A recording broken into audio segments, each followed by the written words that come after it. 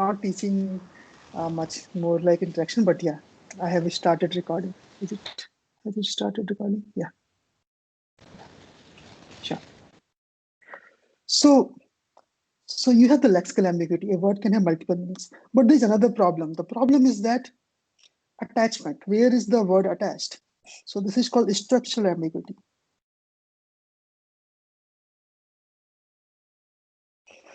So banana. So I saw a monkey with a banana.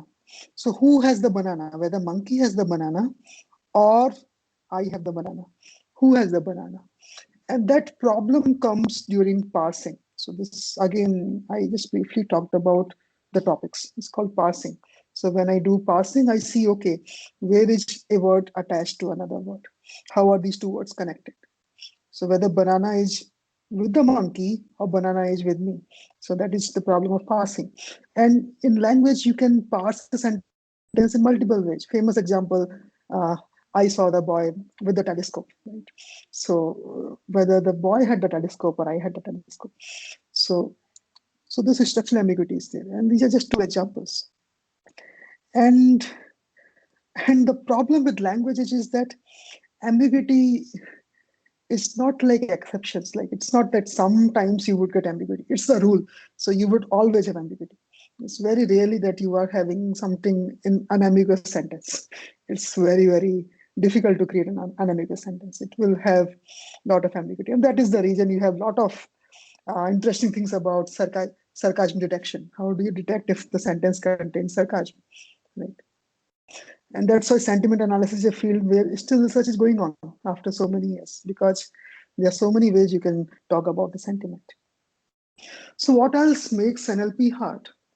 So see, when you talk about NLP, so it's about making computers read and write, right? And also they make them speak. So when you suppose you want to make computers speak, and you have this spelling READ.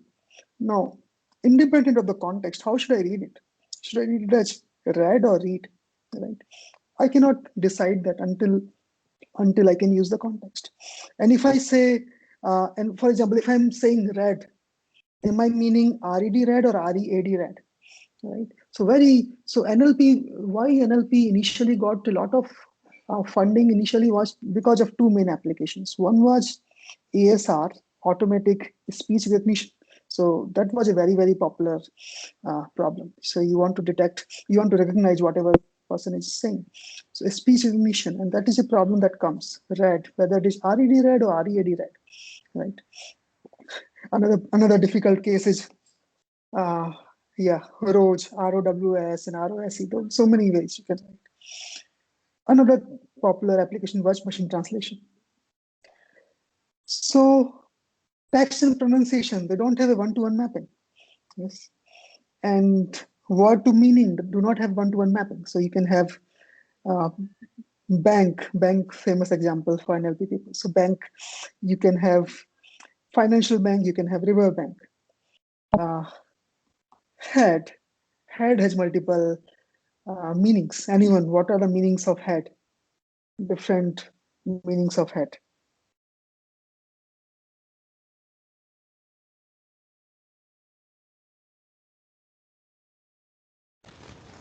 Body part and that designation.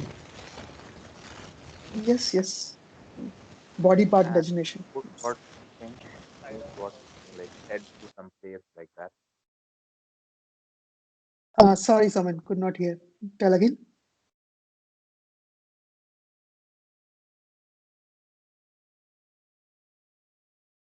Yes, To Somen, head can you to tell again? some, yeah, yes, sir. To head to some place like Okay, to in some sure, direction like that. You sure, can use. sure. So word have meanings. A word can have multiple meanings. Now, immediately, uh, yeah. So why I'm telling all that? So this is where you have to come up with questions uh, during this class, and that's where this course will be helpful. Otherwise, you can find videos and material everywhere, but you have to come up with things. Okay, this is a problem in NLP. How do I take care of this? So, for example, if I say there are word vectors available for each word. You should immediately ask, okay, but what happens if a word has multiple senses? Now, how do I get word vectors for these? If a word has single vector, what would happen if bank has a single vector? Would it be used for river bank? Would it be used for financial bank? So these are the kind of questions you should ask. And that's where you would be able to grasp this subject. Sentence and intention. It's hot out there. What is the problem with this? It's hot out there. What is the intention? It's hot out there.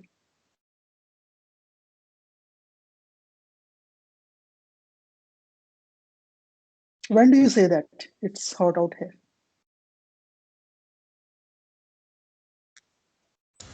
Sir, we usually say for weather or like Yes, the weather is the normal, ambient. but mhm. There is one more. Yes.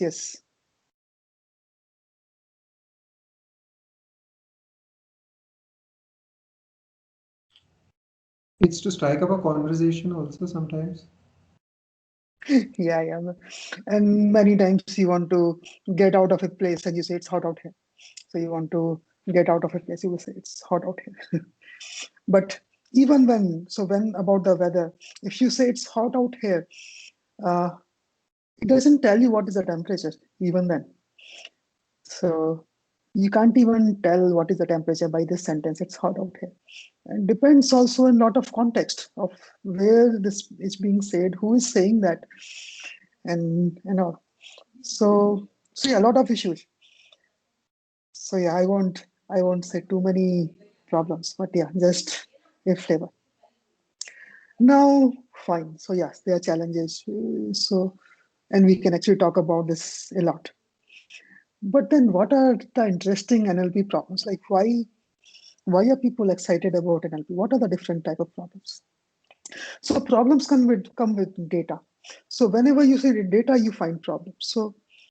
And so, if there is text data, there are NLP problems. That's how I put it. So, wherever you find text data, you can think of problems. So, I'm giving some examples. So, let's say some sources of data. Let's say news articles, right? All of you read news articles. Now all of you read that online. Earlier it was in print. What kind of problems, NLP problems, do you see with news articles? Fake. Over to you.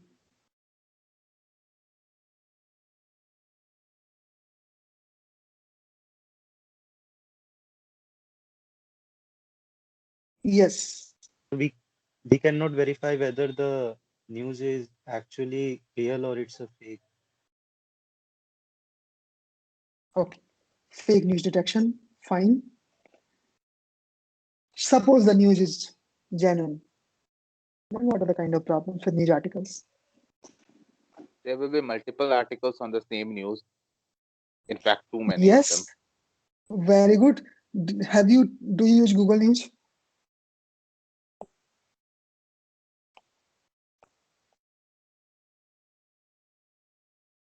Many news articles on the same topic, right? If you use Google News, you will see what they do. They will try to show you one particular story. They don't show you too many headings with the same story, but they are all clubbed under that. And if you click on that further, you can find all that. So there is some way you are doing some sort of clustering, finding, okay, all these stories relate to the same event, and they're putting under the same heading, right? So there's a problem about clustering that. Then there are problem about if you use Google News, there are stories about sports separately, entertainment separately, health separately, and so many things. So there is thing about you want to classify them. There's a classification problem as per various heading. There are stories near you, there are stories about the world.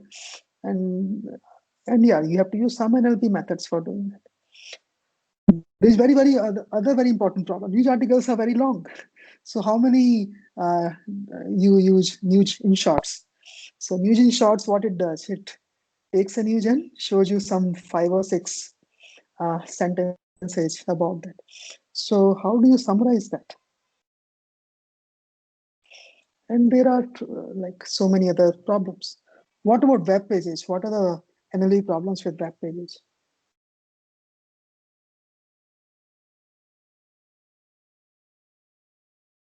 Search. Search, yeah, very important problem. Search, yes. And with search, recently question answering has come up a lot in a very, very big way. So if you see right now, what are the two most important NLP problems? People will say question answering and chatbots, two most important problems. Of course, translation is there, but yeah, that's quite, I think, we find decent translation now. But question answering chatbots are two very, very important problems. Scientific articles, what kind of problems you can think about scientific articles? Tagging, topic classification. Plagiarism detection. Topic classification. Plagiarism is fine, yes, plagiarism. Topic classification. All of these publication houses, they try to classify articles into topics. Right? Very important. What else? So that's, Scientific yeah, symbol notation. Huh? citation recommendation. The symbols like epsilon and all, then there's not much development in Yeah, natural language yeah. So processing there are criteria. quite, yeah.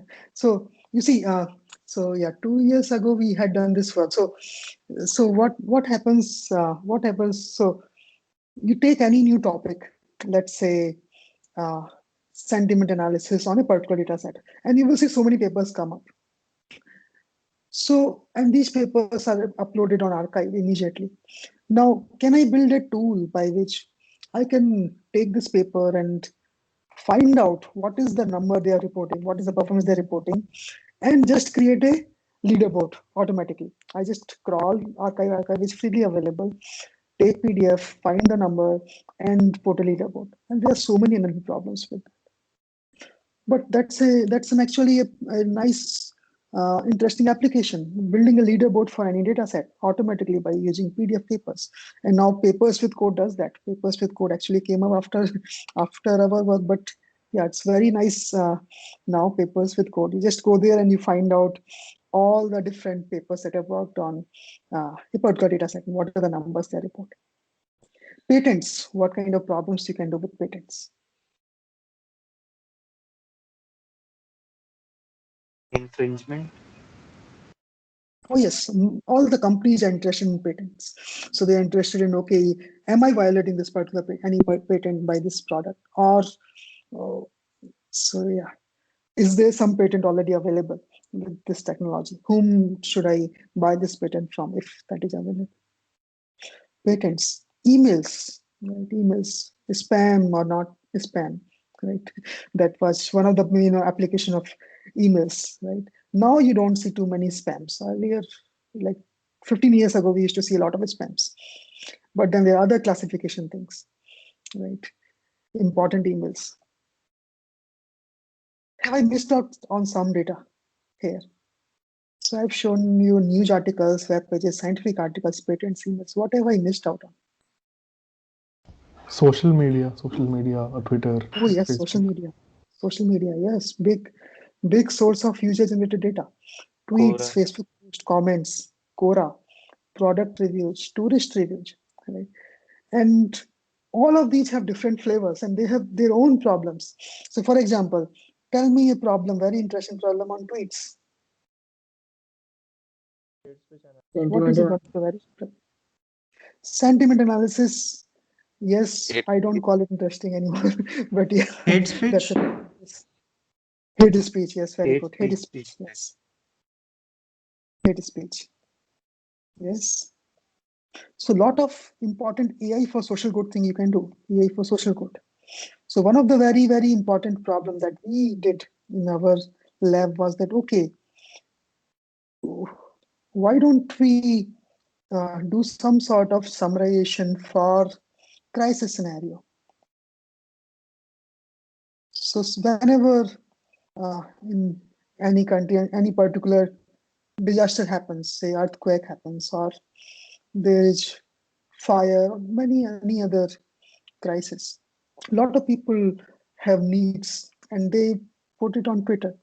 And at the same time, there are relief agencies who are trying to find out who are the people in need. So can you do in real time information extraction and summarization from tweets so that you can connect these? You can tell the relief agencies, okay, these are the people who really need help. So it's a very important problem. And it has become a very big domain now. Crisis management. Facebook posts, a lot of problem with Facebook posts. Okay, so of course hate speech detection would be there, and there are so many other things, right?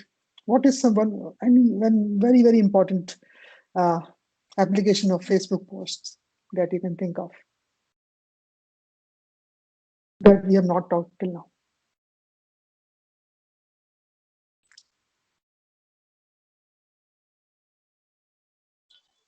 So smart assistants. Sure, that is good, but what about detecting political ideology, even detecting election outcomes? I hope all of you heard those news, right? Election About US propaganda. elections. Right? Yes, yes. So even understanding from reading Facebook post, what is the bias of this person, or to which party this person is going to vote, is in application.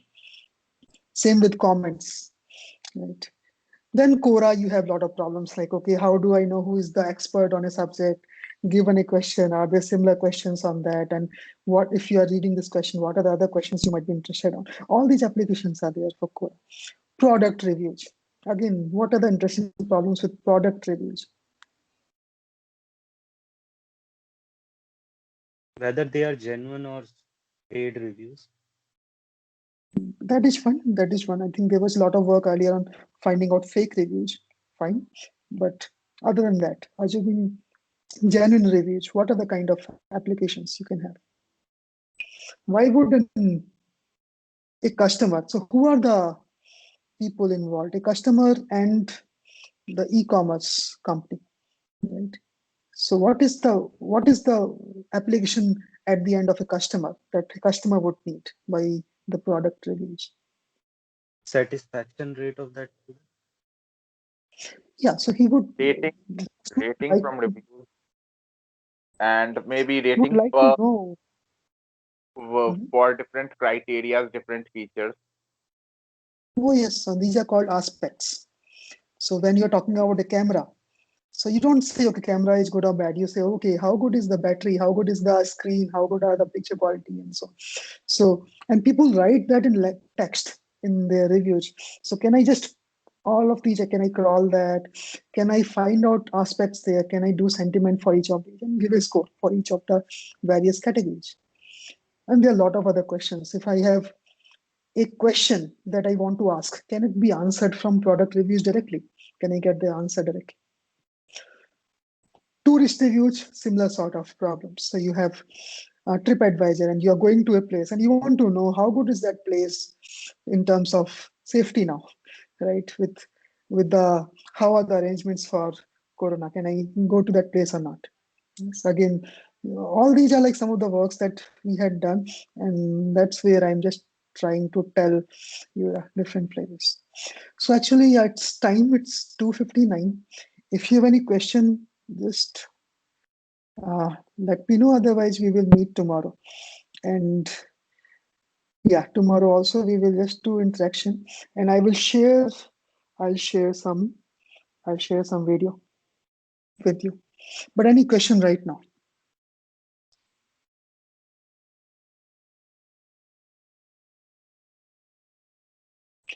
No questions. Okay.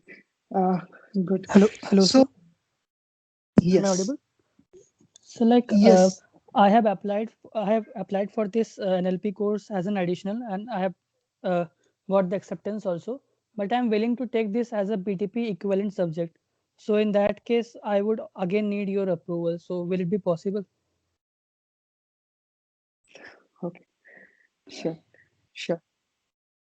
Fine. So I'll see those cases who have already gotten approval and want to change category. I'll see that. Okay, thank you, sir. Sure. Sir, sir, NLP is clashing with one of our labs. So, in case if like lab prof doesn't approve to change the slots or something, so like can you give us some time so that we can just like remove NLP from the registration or something, because the option is still there, I guess. Means we can just untick from there and like that. Yeah, that you can always do. I think that is that option would be there. No, so like you were saying something about freezing the registration. So that thing. Freeze would be mean I won't be able to accept more. But if somebody wants to drop from this course, I can't freeze them. Okay. So Okay. you will always be able to drop from this course. Okay, sir. Thanks, sir. Sure. Any other questions regarding, I think, the registration and other admin parts?